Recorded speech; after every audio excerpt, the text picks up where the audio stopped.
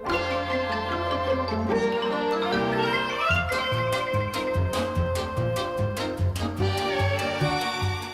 everybody, it's Chris Seeds, otherwise known online as Wootini, here with another weekly, well, gay gamer video podcast. Not exactly weekly, as you may have noticed. I did not post a video last week. I was a little busy last week, so I was unable to sit down and record and edit my video and upload it. So, took a week off. Everybody's entitled to a vacation, right? Because I was at GaymerX East last week. And it was actually kind of perfect because it was kind of perfect timing because of the election, which happened. That was a thing that happened, and I'm still processing. It just boggles my mind that people voted a racist, bigoted, homophobic, misogynistic businessman turned reality television personality into the highest office in the land. I mean, I don't want to get too political. This is a video podcast about video games, not politics. But it affects minorities, and as a gay man, I am one of those minorities that is going to be affected by this person taking office. It was also an educational election because I did not know that you didn't actually need any political experience to become president.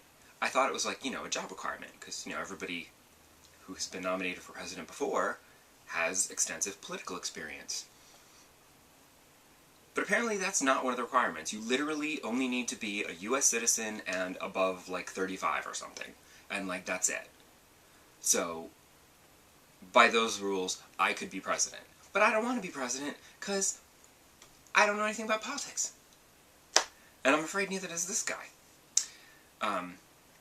I've been kind of avoiding social media because it's basically just people venting their frustrations about the election or sharing news articles, links to news articles about acts of violence against minorities and all sorts of political things. And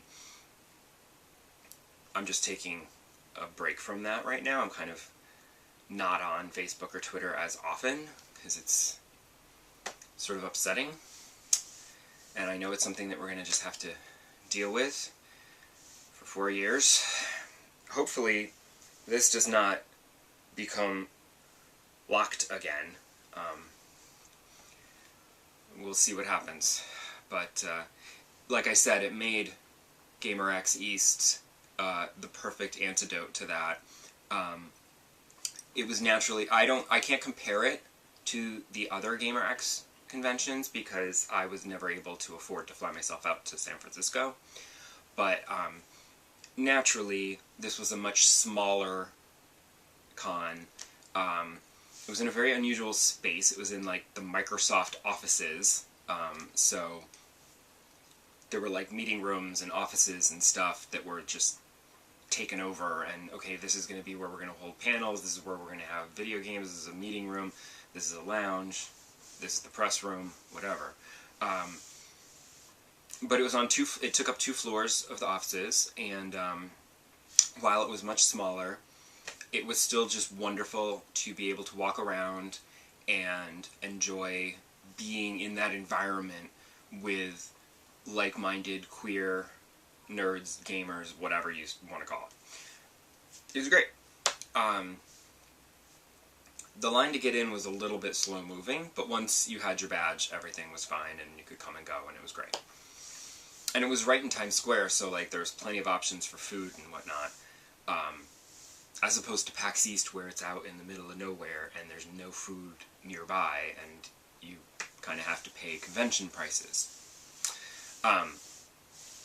But I had a good time, and I met new people, which is great, and I attended some panels.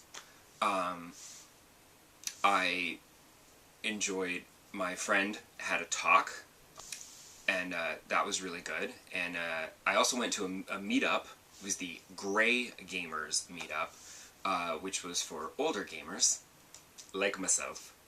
And we all just sat around in this little meeting room, whatever, and we just chatted about, like, you know, our first video games and how it's changed, and, you know, how our tastes in video game have changed, and how we're losing our abilities as platformers because our reflexes are slowing, and, you know, kids today, they don't know how good they've got it, you know, that sort of thing. They also had a great room that was sponsored by Video Games New York, where they had a ton of old consoles. There were NESs, SNESs, Genesis, a Dreamcast, a PlayStation, an Xbox, and they all had these different games on it, and you could play whatever you wanted. And, well, not whatever you wanted, it was whatever was there, but there was a lot there. So, you know, I played some Pokemon Snap on an old N64, and I even got some pictures that were better than the ones that were already saved into the cartridge, so I was like, yay, that was a better picture. And I also played some, on the Dreamcast, I also played some Crazy Taxi and some Space Channel 5 Part 2, which I had never played before, because the sequel never came out on Dreamcast, and I know it came out for, like, the PS2, but somehow I just never got it, and I don't know why, because I should have. But I did discover that it was on PSN for $4.99, so I totally bought it. Unfortunately, I can't play it on my PS4, I have to play it on the PS3, which is in the bedroom now, so it's not super convenient, but I have it, and I've been playing it, and it's really fun. It's starting to get really hard, so I don't know how much further I'll get, but we'll see. Also, they had the expo hall, which was just like a room. I'd say there was maybe like a dozen tables. There were some organizations.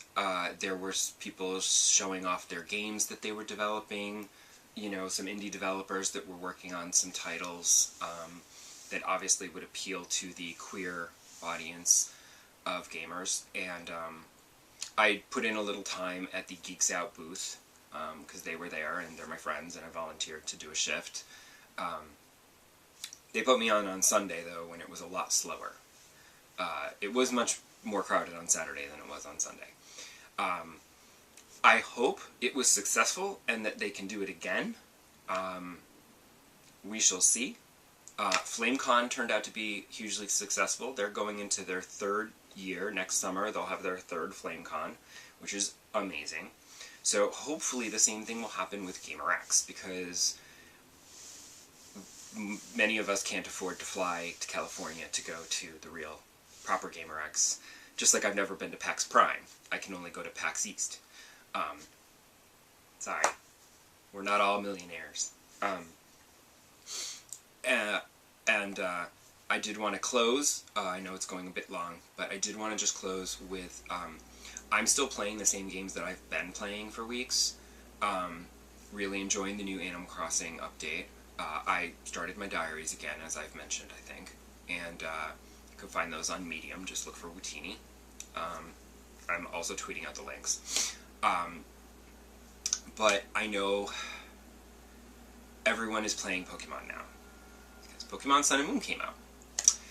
And it's so frustrating for me, because it's one of those things where everyone's playing a specific game, and I always feel a little left out, because I'm not playing it.